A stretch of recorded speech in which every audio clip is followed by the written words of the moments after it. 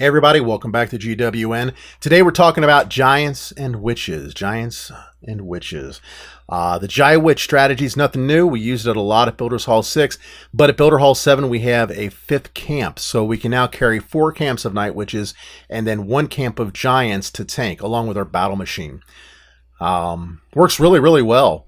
I have 2 Builder Hall 7 games that I've been working with today. And I've been doing a lot of these attacks, probably 50 or more of them over the course of the last few hours. Some of the guys in the forum were like, yeah, this is, one of the attacks I like. I use giants and night witches. It works really well. And then today, Lou Baby's like, hey, Knock, you mentioned this attack yesterday. You really got to give it a try because it's a whiz bang of an attack. He was saying that, he's getting triples and high double star, and he's just really, taking names along the way. So I thought, well, okay, let's go ahead and give this a spin. First thing I did was I grabbed my my Knocked Hair game, and I finished off the upgrade. It was in the process of upgrading to Builders Hall 7. Just had a little bit of time left on it, so I gemmed it out real quick so that I could get it up and running.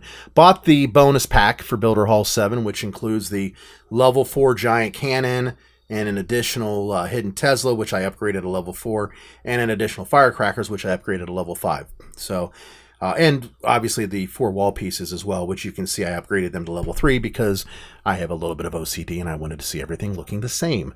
Unlike my main base, where I have different levels of walls, and it is driving me absolutely insane to have them like that. But we got this one up and running, put up a new base design, totally ripped off of somebody in the top 10. I don't remember who. This is up and down. It's all over the place. It's actually a pretty good base. Been working really well for me. This game was at 3,800 trophies before we started working on it today as a Builders Hall 7. And now it is at 4,290. So we gained about 500 trophies.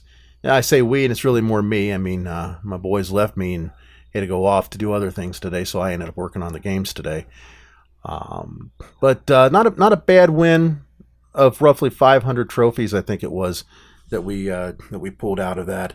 Was it 4,284 is where it's at right now. So doing pretty good. 4,290 on the main game. We've lost a few hundred trophies off of this one, partly due to all of the experimental runs today, and then partly due to just stiff competition up around 4,600. It's been tough. It's been brutal. I played last night for several hours and I just got nowhere. I finally gave up after 5 losses in a row. But let's focus on giants and witches. For starters, I've got 2 replays against Builder Hall 6s. Now, why would I show this? Well, because a lot of people are going to be coming out of Builder Hall 7 here in the next few hours, and then, of course, tomorrow. So let's take a look at Builder Hall 6 first. Just 2 video replays. We start off in the corner with our giant. Always start a giant off in the area where you're going to drop your witches in case there are any mega mines. Let him find them first. A lot of people have been putting those troll mines, and in fact, I got a replay here in a little bit that I'll show you where that happened to me. And I just got the giant down in time to catch the bomb. But he goes in, and his job is to basically distract that multi-mortar, which is the mass weapon of destruction for night witches, just like the air bombs are for our beta minions. They manage to get in and take it out in short order. We break through the wall, and down goes the battle machine. He's dead. But we are able to get through the wall and get the roaster down. And then I take that last boxer giant that I'm holding back and throw him in as well. So he's going to stick around for a while and tank for us while the night witches send their bats in to wreak a little havoc. We'll speed this up. They take down the Builder Hall, and they just continue to work their way through the base. Now, really, the only thing that's going to stop them is if they don't have anything to protect them against something like, say, that archer tower. But we have enough night witches left. Everything was targeting the boxer giant. They're able to work their way through. Now, we see largely the same thing, same basic concept here on this second replay. Another box base. You see, he's got that camp up in the corner there. A lot of players are doing that with their 5th camp. They don't know where to put it, so they stick it in a corner. That's unfortunate. Make room for it in the base, guys. Those hit points are better served in the base slowing things down than in a corner where they don't do anything for you. As with the other attack and most of these attacks, you'll see I start the Boxer Giants in the corner before I put down the Night Witches, let them take any heat if there's any Mega Mines up there. In go the Bats. They're tearing things up. That Multi-Mortar was 3 layers behind in the defenses. 2 layers behind. It's in the 3rd layer. So it took a little bit to get to it. But by starting our Night Witches so far away from the base, we get enough volleys of bats that they're able to get in and take that thing out. And that is really huge for our attack. That's how we manage to get through these so well and so quickly. Now, granted, this is only Builders Hall 6, but the same concepts are going to apply at Builders Hall 7, and you'll see that in the replays that I've got coming up. I've got a total of 10 replays for you today, so we got plenty to look at Builders Hall 7. So we'll speed this one up too. In go the Witches and the Giants and the Battle Machine to the core of the base. Last Giant goes down, but that Battle Machine is going to stick with us all the way through. And the Night Witches take out the defenses as they fire on the Battle Machine, which is what a good tank does, is he takes all the damage. So, Builders Hall 6. When you guys get to Builders Hall 7, you're looking for something good to take after your Builder Hall 6s that you're going to be fighting down in the lower to middle 3000s. That's the thing to do it. I had Builder Hall 6 primarily up until about 4,000 trophies. Then I started to see Builder Hall 7s, and by the time I hit 4,200 trophies, it was nothing but Builder Hall 7. Sometimes you get maxed because we had the season reset just a few days back. So some of these guys have gemmed their bases, and they're just now really getting into doing a push to get their trophies up. So you're going to run into a few of them for the next week probably. But most of what you're going to run into at Builder Hall 7 in the 4,200 to 4,500 range are going to be just stronger players that have a well-developed base. So not too terrible bad what we have to deal with. Let's see. Let's look at Gentleman Knoll. There it is.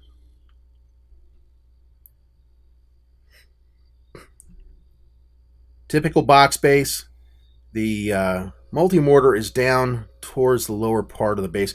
And this is one of the things that can give you trouble with this attack. If the multi-mortar is too far out of reach, you'll lose your tanks before anything can get to it and take it down. And make no bones about it, that multi-mortar, that's the thing you have got to get down to keep your Night Witches alive long enough to get a high percentage. And that's why this attack only gets 58%. Even though I bring him in from the far corner, and you see the bats are taking lots and lots and lots of stuff down, that multi-mortar is so far away, it takes me so long to get to it, that the Night Witches, they suffer. And they suffer a lot. Same thing goes with the direction of the tanks. You'll notice they're all going off to the left. The Battle Machine changed his course and went over to the opening because he didn't get that opening on the right done. That's going to cost me 3 or 4 of my Night Witches. That tank up there, or that cannon up there, is going to take them down. So will the Tesla do damage as well down here in the corner as it's firing without any tanks around. They do finally get in there, though, and they do take out the multi-mortar. And there's nothing that can hit them so far down. That means they're able to take out the Builder's Hall as well. And kaboom. At this point, the giant cannon starts to fire, and he can take pretty much anything out in 2 hits. If they're damaged, whatever it is he's shooting at, it'll take him out then too. And here we are at 58%. 2 stars. Next one, let's take a look at NQ Mongolians. This base is a little bit different. It's kind of a figure 8 base with quads. But same basic concept. I sent the Night Witches in from the top this time. I didn't want to bunch them up. I wanted to let their bats go and spread and do the damage as far apart as they could. I also, on the left-hand side there, I wanted to get after those guard post troops. You know, you can see that on the right-hand side where I'm trying to distract the multi-mortar, I had some problems with the giant. And I finally sent in my battle machine. Naturally, the Night Witches decided to bunch up around them, and they got hit by the multi-mortar. So I lost a few Night Witches because my tanks just weren't good enough the way I deployed them on this particular attack. I still walk away with the win. I think this one was 61% 2-star if memory serves. But it's not enough. At the higher levels, when you start getting up to like say 4,500 and 4,600, just getting a 2-star isn't enough. Just getting a 55 or a 60 or even a 65% 2-star isn't enough. You've got to do better. So 61% is okay, but I need to get better. Now, these are from some of the earlier stages when I finally started to get the hang of this. So probably after about maybe 20 attacks on either game, maybe a little bit less, somewhere in that ballpark. So you kind of get an idea of where I'm at this point. I'm not quite to the point that I can say that, yeah, I've got this. You know, I'm consistently competent with this attack. This particular base, it's a diamond style base. There is a no-brainer on this. We're going to come from that top apex and we're going to come straight on down. I need to get my giant or my battle machine in there to look for any kind of mega mines that might be waiting for me to troll me. Naturally, I screw up. I don't drop them. And my witches end up taking a massive hit. I got them down just in time to take out that mega mine, but it really hurt my witches.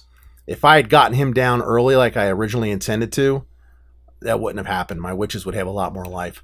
I'm going to get like 66% out of this, regardless, which I think in a lot of ways speaks to the power of this attack. Giant Cannon is wreaking a little mayhem of his own there. Those cannonballs shoot out and they just keep on going. They never stop. They go right out across the ocean, which is it's actually kind of funny. But what stinks about that is whatever they're targeting, whatever he's targeting with it, goes through that troop and then hits anything behind it. And I've had a lot of attacks with these Night Witches where they're behind the tank, whatever it is, typically the battle machine, and they end up getting blasted away by the giant cannon as well. So you see here the tanks do manage to survive long enough to take out enough of the base that the Night Witches are able to reach in from a good far distance to take out the builder hull. And they'll pick up, you know, a building or two along the way, but the primary goal for that last bit of witches was that clutch on the builder hull. So like I said, slowly but surely improving. Let's take a look at Big Boss Dandy. He's a 68%er. Like I said, slowly but surely getting the hang of this. I decided to take this one from the top rather than the corner. Battle machine goes in to do the distractions. Giant comes in right behind him. Waited till the battle machine got the wall open. Not nearly as hard on these because they've only got level 3 walls. So I'm not going to cry too much. A lot of the ones I've been fighting have had level 5 and 6 walls, and even some at level 7. That is no fun, I'll tell you what. But you can see, you know, they're working their way in. They're distracting the multi-mortar. Night Witches are getting in there. Giant takes out a good portion of the multi-mortar, and then the Night Witches will finish it off. In the meantime, because I've lost all my tanks, and the Giant is within the dead zone of the multi-mortar, I lose a few of my witches too. But as with the other attacks, enough of the base has been cleared that the Night Witches can reach in and grab a hold of that builder hull, which is what we want to see. So they get in there, and the bats take out a couple more buildings along the way on the back end, and we end up with a 68% 2-star. And one of the things about this that's very different from the minion drops attack. With minion drops, you notice that I sent in the drop ships and the beta minions as kind of a forward attack. The job was to get in and clear as much of the base as you can so that I could bring in my battle machine to take out the builder hull. And that was the general gist of what I did for every single one of the attacks that I share and how I usually do the minion drops attack. I want my battle machine to go in and take out the builder hull at the end of the attack after the drop ships and beta minions clear everything out. You can't do that here. In this particular attack, your battle machine is not on cleanup duty. He's not on KP. He's actually there to tank. He's there after the giants, preferably, to prevent anything from hitting the witches. And then the Night Witches will finish up with... there's usually a group of 3 to 5 of them that ends up coming in from some other angle, if you will, as they've run around the base. But they'll finish up the cleanup and get to the builder hull along the way. That's the way you want this attack to work. So we've gone over a bunch of these. I think I got just a couple more. Did we take a look at Zuna? No, I don't think we did. Let's take a look at Zuna. That was a 77% win that I had. Another box base. Going to come in from the right. We send in that giant to see if there's any mega mines along the way. He doesn't find anything. Knowing how slow they walk, I'm going to send another one in, but I'm going to send him just a little bit later. We'll let that first one get in there and do his thing. He'll have most of that wall gone before the other one gets there, and then they can finish it off together. Absolutely no rush here. We're in no danger because nothing's able to get to them. So now we're going to send in the Night Witches and their bats. Now we're going to send in the battle machine.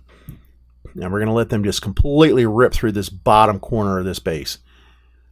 As they take everything out, Night Witches slowly but surely work their way up, continue to send in more support troops, take out more stuff themselves, and we'll have the bottom of the base cleared out so the Night Witches can finish off the Builder Hall, or potentially the battle machine if he gets up there. I don't remember how it worked on this one. I think it was the Night Witches. Yeah, battle machine's down. Now, our tanks are gone. That's a problem. That's why I held back that one giant, because I knew this would happen. So I send him in. I'll lose a couple of Night Witches while he catches up to the rest of the pack, but that's okay. He's able to get in and distract the worst of the defenses, specifically that giant cannon down there. Between him and the bats, the cannon goes down, and our Night Witches are in good shape. They're able to continue to hit the base. Kind of a heartbreaker. If I had maybe done a little bit better with the tanks, we could have got those last two archer towers and gotten a 3-star out of it, but didn't quite work out. Still got a 77% 2-star win, which is good. I'm not going to complain. Coming over to my live log, take a look at an 85% 2-star win. You'll notice these last 7 or 8 replays, they're all against Builder Hall 7 bases. It's a mix. You know, some of them have some things upgraded. Some of them are just Builder Hall 7 with the bonus pack, and that's it. But they're all Builder Hall 7s, and most of them have Builder Hall 6 max defenses, plus the new stuff, and then some upgrades. Same concept with this particular attack. We're coming out from the top, and we send in all of our tanks a little bit faster this time. There's a lot of stuff to tank against at the top, and since it's wide open, there isn't going to be anything to slow anybody down. So I wanted to get things moving a little bit faster, and didn't even hold back my my one giant like I used to, like I prefer to do. But they're able to get in and clear a lot out really fast. And you can see that cannonball just keeps on going, even right across the ocean. Just went through our sail. That's not good. That's actually one of the things that's a bit of a pain with the giant cannon. And you can see that happening here. He's shooting stuff and going right through it, and it ends up going through our Night Witches. And they can only withstand a couple of hits, if that, depending upon how much health they've got. But we got some cleanup going on down here in the bottom between the bats and the one Night Witch that's left. We'll speed that up.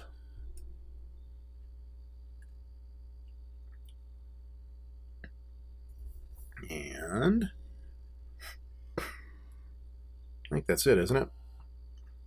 Got to think one more of these to take out. And the giant cannon takes her out in 2 shots. And there we go. That is the end of that attack, 85%. Like I said, as I did this attack more, I got better and better at it. Until finally I turned out a few 3-star 100% wins against Builder Hall 7 bases. And I've got those to show you here. We'll start off with one on the F2P game. This is kind of sweet because you'll notice that I've only got level 10 giants and a level 5 battle machine on this game. So, and this is why I said this is a great strategy for those of you that are just coming to Builder Hall 7, your upgrade's just finishing now or later on this weekend. If you can figure out how to line these things up, you know, setting it up with the multi-mortar accessible to your troops, specifically to the bats. If you can figure out how to line those things up so that you can get rid of the multi-mortar and put in your tanks to keep your Night Witches alive, even with level 10 giants, you can manage to make this work.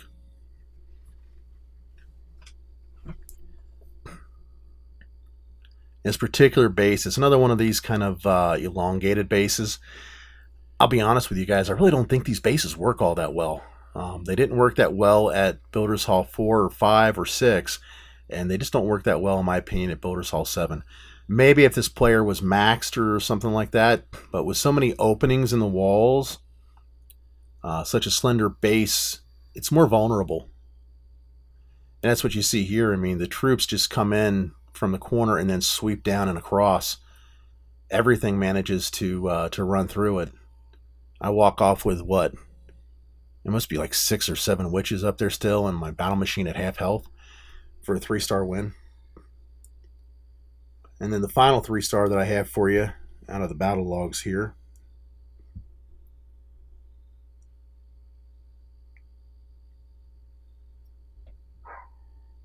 We're going to come up from the bottom on this one. This is a fairly common internet base. I actually run this on one of my games. Night Witches go in and start to clear out the bottom. We bring in the battle machine, and he breaks through at the bottom there and opens up a hole. We take in our giants. Our original goal will be to get to that multi-mortar there. Lead Witch takes a little bit of damage, but not too much. The tanks are doing their job here. We're protecting the Night Witches pretty well. Now we've got to deal with the roaster, and of course the giant cannon, which is shooting at the battle machine. Battle machine goes down.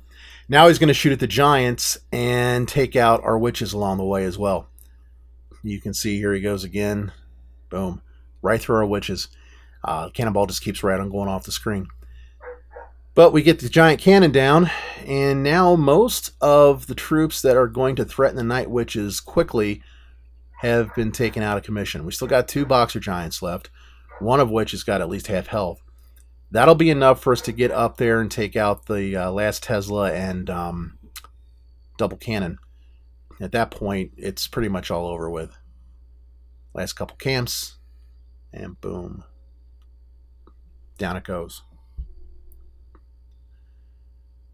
So, there we have a whole bunch of replays of how to use this Giants and Night Witch strategy.